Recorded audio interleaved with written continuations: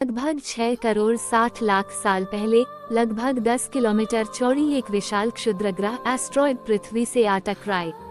टकराने के उस एक ही पल में उसने इतनी ऊर्जा छोड़ी कि भयानक ऊष्मा तरंगे हीट वेव्स हर दिशा में फैल गईं।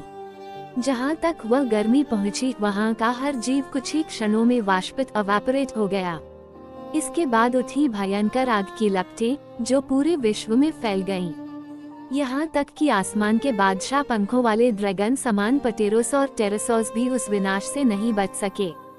टकराव से उठी धूल और जंगलों में लगी आग का धुआं ऊंचाई तक पहुंच गया, जिससे सूर्य का प्रकाश पूरी तरह से ढक गया।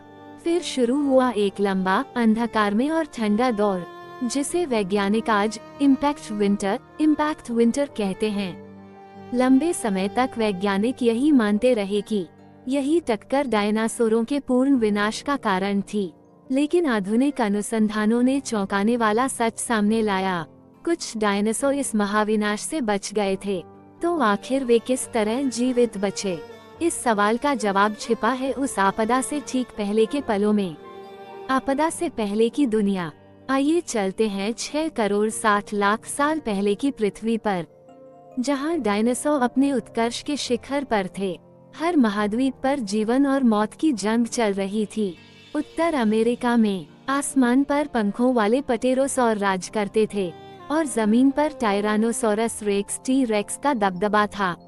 उनकी ताकतवर जबड़ों की पकड़ और शिकार करने की क्षमता बेमिसाल थी। उनका पसंदीदा शिकार था ट्राइसेराटॉप्स, जो खुद भी बहुत विशाल था। एक ट्राइसेराटॉप्स का शिकार किसी भी टायरानोसोर परिवार को पूरे हफ्ते तक भोजन दे सकता था।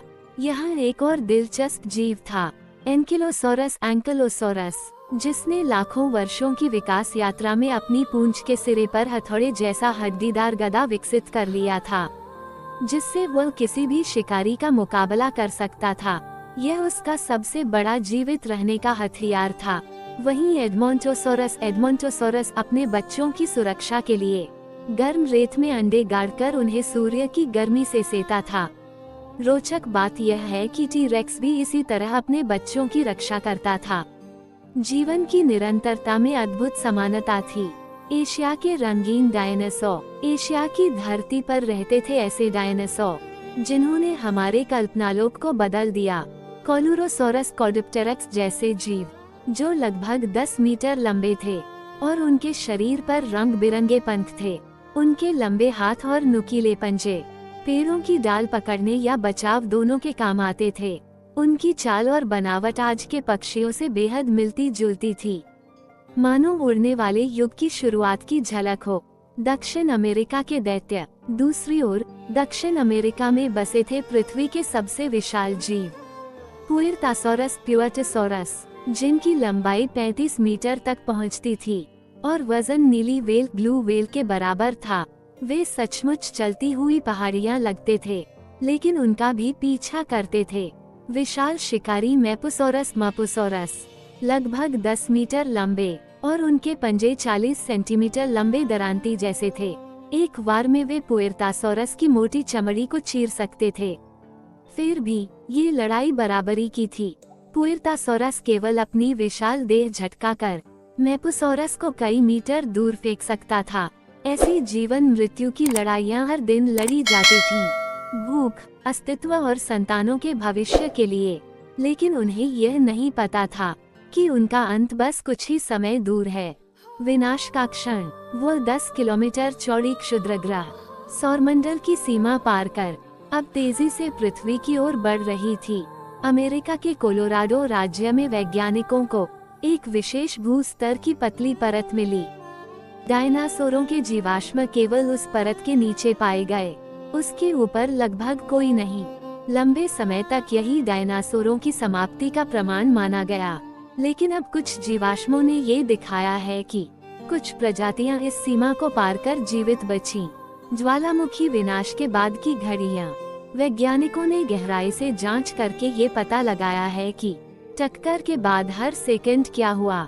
जब क्षुद्रग्रह वायुमंडल में घुसा, घर्षण से वह आग का गोला बन गया, जिसने पूरे आसमान को रोशन कर दिया। वो अंततः युकाटन प्रायद्वीप, आज का मेक्सिको के पास, महासागर से टकराया। उस टक्कर की ऊर्जा 100 ट्रिलियन 1 मील टन TNT के बराबर थी। धरती के टुकड़े आसमान में जा पहुँचे, मानो विनाश का आतिशबाजी शो चल रहा हो। टकराव के 100 किलोमीटर के दायरे में सब कुछ पल भर में भाप बनकर उड़ गया। जंगल, नदियाँ, जानवर सब मिट गए। फिर उठा सैकड़ों मीटर ऊंचा समुद्री सुनामी, जिसने तटवर्ती इलाकों को पूरी तरह निगल लिया। दुनिया भर में जंगल जल उठे, आकाश धुएं से भर गया और लगभग 75% जीव जंतु विलुप्त हो गए। कुछ बचे हुए डायनासोर जैसे पुएर्टासोरस के बच्चे गुफाओं में शरण लेने की कोशिश करने लगे।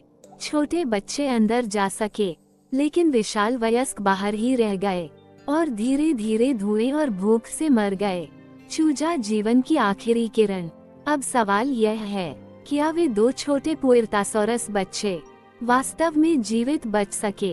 क्या उन्हीं में छिपा है डायनासोरों के विकास और अस्तित्व की अगली कहानी?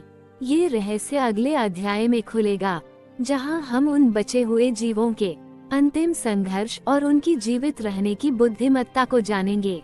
अगर आप चाहें तो मैं